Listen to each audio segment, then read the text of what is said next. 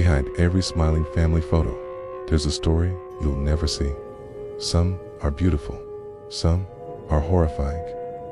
This is the story of a man who looked like the perfect husband, a father who played with his daughters, a neighbor who waved good morning, and in the span of just a few hours, became a monster.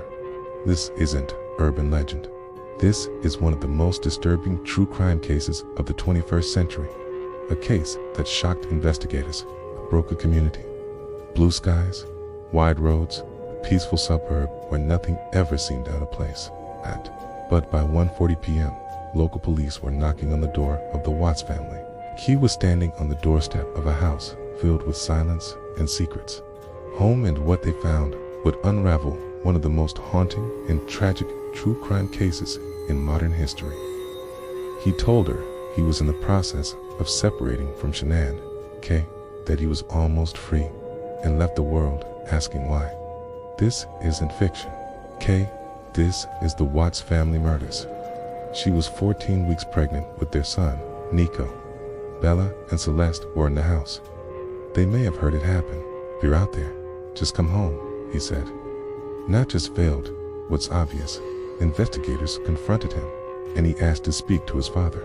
In a private room, Chris broke down and confessed, but even in his confession, he lied again, saying Shanann had killed the girls, and he snapped.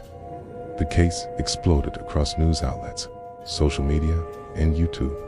Alone, he's written letters to pen pals, claiming to find religion. He says he reads his Bible every day, but no Bible verse can wash off what he did. In 2020, Netflix released American Murder, the family next door chilling documentary that used only real footage. He wasn't a criminal mastermind. He was a father who tucked his daughters into bed, a husband who kissed his wife goodnight, a neighbor you trust, a man who smiled for the camera while planning murder, casts and police recordings to tell the story. No reenactments, no actors, just the raw truth. Only later would he tell the full truth. But behind the fake tears and tired eyes, Chris Watts had already erased his entire family.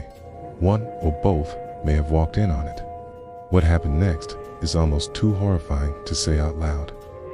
It was a quiet Monday morning in Frederick, Colorado, August 13th, 2018, a picturesque town. He drove 45 minutes to an oil field owned by his employer. It was remote, isolated, quiet. Chris Watts didn't just kill his family. He planned it, drove with them, listened to them cry, and still went through with it. Bella, his 4-year-old daughter, reportedly fought back. She asked him, "Is the same thing going to happen to me as Cease?"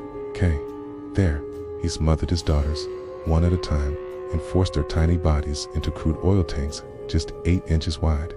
Then he buried Shanann nearby in a shallow grave.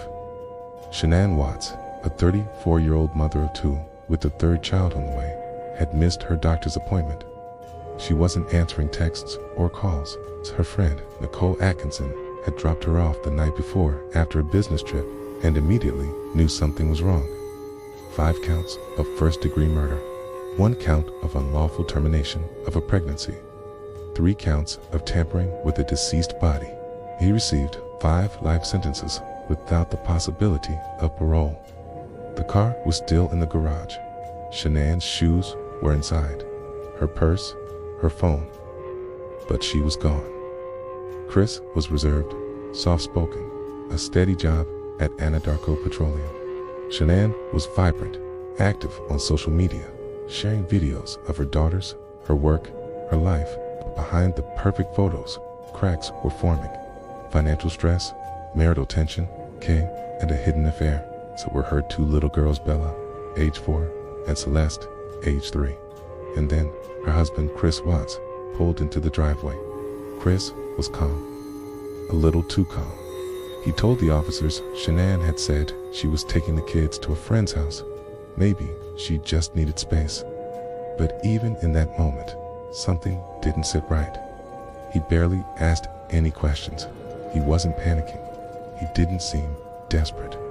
What no one knew yet was that Chris Watts had already murdered his family hours earlier. Chris and Shanann met in 2010. To everyone around them, they seemed like the perfect couple. Chris had been seeing another woman, Nico Kessinger, co-worker he met just weeks earlier. Chris Watts didn't ask for a divorce. He planned a murder. On the early morning of August 13th, sometime after 4 a.m., Chris strangled his pregnant wife to death in their bed. Chris then loaded Shanann's body into his truck, and brought his 2 daughters with him alive. When he returned home that day, he lied to police, friends, the media, his own father. He gave interviews begging Shanann to come back. 2 days later, he failed a polygraph test. Chris Watts pled guilty to 9 felony charges. To this day, the world struggles to understand how a man could commit something so cruel, so intimate, so cold.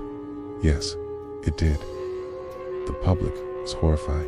Chris now lives in a high-security prison in Wisconsin. What makes this case so terrifying is not just the violence, but the mask. Chris Watts didn't look like a killer. This wasn't a horror movie. This was real life, and it happened behind closed doors in a quiet American neighborhood. So next time someone says he seemed like such a nice guy, remember the Watts family. And remember, evil doesn't always look evil. Sometimes it looks like your next door neighbor. Don't forget to like and subscribe to the channel.